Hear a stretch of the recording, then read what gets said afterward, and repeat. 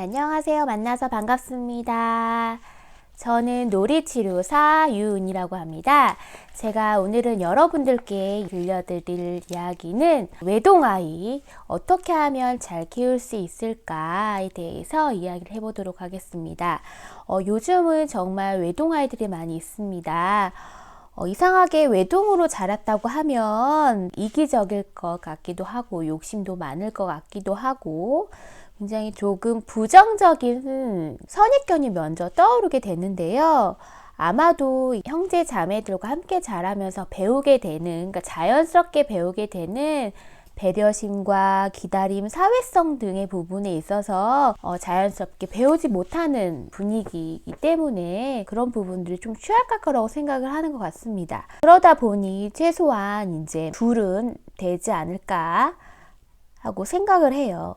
그런데 요즘은 맞벌이 부부가 늘고 자녀를 한 명만 낳는 경우가 많이 있다 보니까 여러 요인들이 있겠죠. 교육비, 양육비에 대한 부담감이 너무 가중되다 보니까 그런 요인들도 있는 것 같습니다. 그렇다 보니 주변에서 한 명 외동인 아이들을 두신 분들이 상당히 많은 것 같습니다. 제 주변에서도 결혼을 하며 아이는 한 명만 낳아야지 라고 딱 정해서 이야기할 정도면 보통 보편적인 생각일 거라고 생각이 듭니다. 사람들은 아이가 한 명이면 굉장히 손이 좀 덜 가서 좋겠다고 하겠지만 또 막상 외동 아이를 두신 부모님들은 걱정되는 부분들이 있을 것 같습니다.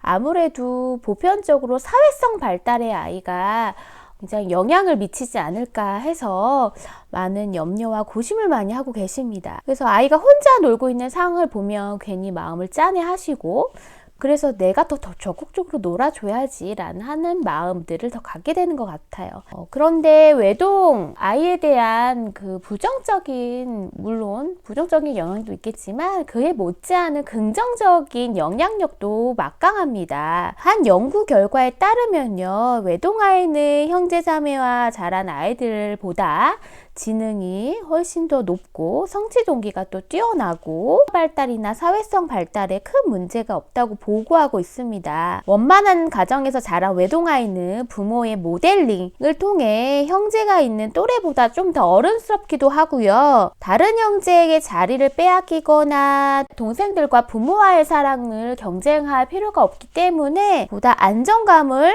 얻으면 성장할 수 있다라고 또 보고하고 있습니다. 외동아이들은 자기 주장력이 분명하고 또 성취적인 면에서도 굉장히 호기심이나 이런 지적인 발달에 많은 자극들을 받는 분위기 속에서 자라기 때문에 굉장히 그 뛰어난 능력을 또 발휘하기도 합니다.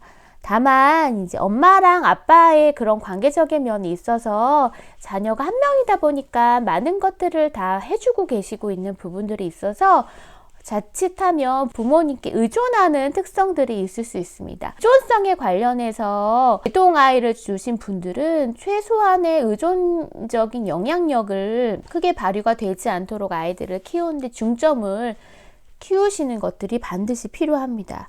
외동아이들 같은 경우에는 부모님이 항상 뭔가 해줘야 된다는 생각들이 많이 있어서 끊임없이 많은 요구에 대처하시고 그리고 또 자녀가 한 명이다 보니까 형제자매가 없어서 친구처럼 많이 놀아줘야지, 편하게 해줘야지 라는 생각들이 있어서 때로는 부모로서의 권위감보다는 친구로서의 그 친근함감이 많이 있기 때문에 부모로서의 권위감을 경험하지 못하는 경우가 많이 있을 것 같습니다. 그러면 외동아이들이 참 많은데요. 저는 다자녀 부모라서 다자녀를 준 부모이기 때문에 외동아이만을 둔 부모님들의 마음을 다 이해할 수 없겠지만 저희 아이 큰아이만 태어났었을 때의 그 마음가짐을 생각해 보면 마치 모든 걸 많이 해줘야 되고 빠르고 민감하게 대처를 해줘야 되는 부모의 역할들이 좀 생각이 나거든요. 그러면서 근데 저는 둘째, 셋째를 갖게 되면서 빠르고 분명하게 해줘야지라는 상황들이 실제 2명의 또 동생들이 있다 보니까 생각만큼 다 되어지지가 않아요. 그런 양육 태도를 조금 바꾼 형태였었어요. 근데 외동의 부모를 두신 분들이라면 이전에 빠르고 민감하게 대처해야 된다는 그 부모로서의 그 태도들이 쉽게 벗어나서 성장하는 건 쉽진 않거든요. 부모로서 부단히 자기의 그 양육 태도나 행동들을 많이 지각하고 점검해 보아야 그걸 개선할 수 있긴 하는데 이 부분을 분명히 놓치시면 안 됩니다. 외동 아이를 키울 때 꼭 지켜야 할 6가지를 좀 정해봤습니다. 첫 번째로는 안 되는 것은 과감하게 안 된다고 해주는 것들이 필요합니다. 외동아이를 키우는 부모가 아이가 상처받는 것을 두려워해서 때로는 안 되는 것이긴 하는데 그거를 경계를 정확히 알려주지 못하는 부분들이 많이 있고 어찌 보면 굉장히 허용적인 양육 방식을 할 가능성이 있어 보입니다. 하고 싶은 대로 하는 방식에서 잘한다면 어떤 공동생활, 집단생활에서 있을 때 다른 사람을 배려하고 양보하고 참아야 되고 절제하는 것들에 대해서 굉장히 적응하는 것들이 어렵게 만듭니다. 또한 본연의 욕구 불만, 내재적으로 막 부글부글하는 그 욕구 불만들에 대해서 참아내는 인내력도 되게 약해지게 됩니다. 그렇다 보면 스스로 뭔가 욕구를 참고 표현하는 것들이 그런 자율성을 적절한 그 통제감, 되는 거, 안 되는 거에 대한 그 경계를 심어주지 않는 선에서는 아이들이 안정감을 얻을 수 없기 때문에 그 부분을 신경 써야 될 것. 두 번째로는 무엇이든지 직접 해보게 하는 것이 필요합니다. 어린 시절부터 많은 것을 많이 대신해줘요. 그래서 나중에는 혼자 하게 되는 일조차도 나는 못해, 엄마가 해줘라고 하는 방식입니다. 처음에는 너가 익숙하지 않아서 재빠르게 잘할 수 있는 성인이 도와줬던 것인데 이런 거 받는 거에만 익숙해지는 것들을 잘 생각을 하셔야 됩니다. 아이가 능숙하지 않더라도 혼자 해보는 것들, 때로는 해봤을 때 실패를 경험하게 될 때 그 실패를 같이 이야기하고 그다음에 어떻게 하면 해결할 수 있을지 해결점을 찾는 것들이 필요합니다. 그 자율성을 획득할 시기에 많은 것을 부모님이 막 자율적으로 해주시는데요. 중요한 건 아이들이 스스로 자율적으로 해봐야 되는 기회를 주는 것들이 필요합니다. 아이들한테 해볼 수 있는 기회에 할 수 있다는 자신감을 심어주는 것들이 필요하고요. 세 번째로는 세상은 만만하지 않다. 라는 것도 때로는 가르칠 필요가 있어 보입니다. 하나밖에 없는 자식이다 보니까 아이들 행동 하나하나 예의주시하면서 살펴보게 됩니다. 그래서 위험한 행동을 하게 되더라도 곧바로 저지하고 안 된다고 하거나 그 다음에 본인이 위험하다고 판단하기 전에 모든 것들을 통제하거나 이런 부분들이 많이 있습니다. 스스로의 통제감을 얻는 건 너무너무 중요한데요. 해봤을 때 잘 안 되는 경험도 있다. 라고 하는 것도 필요합니다. 네 번째로는 또래 아이들과 어울릴 수 있는 기회를 만들어주는 게 필요합니다. 외동 아이들 주변에는 누가 있을까요? 친구가 있을까요? 어른들이 주로 많이 있습니다. 어른들이 너의 얘기를 찬찬히 들어주고 또 많이 도와주고 그러다 보니까 또래들과 어울릴 기회가 없고요. 외동 아이들은 어른들과 더 많은 이야기를 하게 되고 더 편해하는 아이들도 있습니다. 그것은 어른은 아이들의 말에 정말 귀 기울여 들기도 하고 많은 배려를 하잖아요. 그렇다 보니까 아이는 배려를 받고 하는 것에 익숙해져서 정작 자신은 누군가를 또 배려해야 된다는 생각을 하기보다는 나는 배려받아야 돼. 내 중심적으로 이제 생각하는 부분들이 영향을 줄 수 있습니다. 또래들간이라면 굉장히 자기중심성이 있는 아이들이잖아요. 그 아이들 사이에서 경험은 해보는 것이 필요합니다. 관계가 익숙하지 않아서 싸우기도 하고요. 불편할 수 있습니다. 그럴 때마다 부모님이 자꾸 중재하기보다는 좀 이제 살펴보는 거예요. 신체적인 폭력이 오가거나 이제 그럴 상황이 아니면 아이들이 어떻게 서로 의견을 조율을 하는지 타협을 하고 문제 해결을 하는지를 살펴볼 필요가 있어 보입니다. 다섯 번째로는요. 지나친 기대를 하지 않는 것이 중요합니다. 너는 최고야, 너는 특별해 라는 얘기를 많이 해주시지 않으셔도 됩니다. 외동 아이들은요. 이미 그 자체만으로도 특별하고요. 부모의 대접을 받고 살아가잖아요.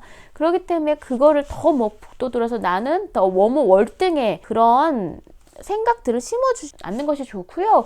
오히려 내가 이렇게 최고인데 내 능력은 이렇게밖에 못해 라는 그런 박탈감을 경험할 수 있습니다. 그렇기 때문에 아이가 정말 어떤 능력에 대해서 최상의 성과를 거뒀을 때는 그렇게 피드백을 해줄 수 있겠지만 너무 빈도를 많게 하는 것은 아닌지 조금 생각해 볼 필요는 있어 보입니다. 여섯 번째로는 부모의 위상을 가리킨다. 외동아이는 형제나 자매가 없기 때문에 부모가 그 역할을 대신하는 경우가 있습니다. 친구 같은 엄마, 친구 같은 아빠의 역할을 원하면서 합니다. 그래서 아이가 어떤 이야기를 하든지 맞춰주고 기분 나쁘게 하지 않으려고 하는 부분들이 많이 있습니다. 때로는 과도한 요구를 하기도 하고요. 친구 같은 부모가 되어주는 것은 좋지만 때로는 그 함정에 빠지게 되는 경우가 있습니다. 우리는 친구 같은 부모이지만 친구는 아니기 때문에 친구는 될 수 없잖아요. 그 부분을 명시하셔서 아이가 때로는 너무 버릇없거나 너무 경계를 벗어나는 행동을 하거나 아니면 너무 무리한 요구를 하는 것은 아닌지 조금 체크를 해봐야 될 것 같습니다.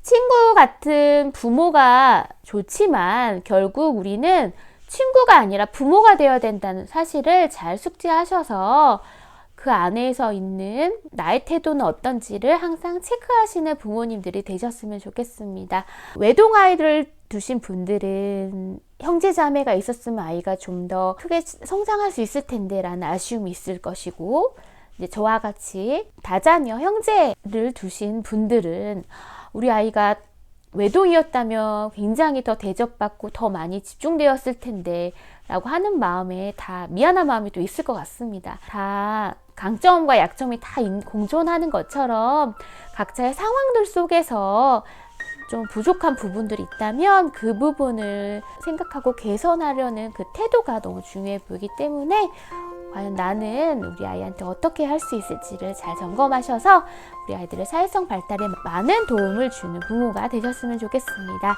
자, 이것으로 심리 읽어주는 스토리를 마치고요. 저는 놀이치료사 유은이었습니다. 다음번에는 더 좋은 이야기들로 찾아뵙겠습니다. 저는 놀이치료사 유은이었습니다. 감사합니다.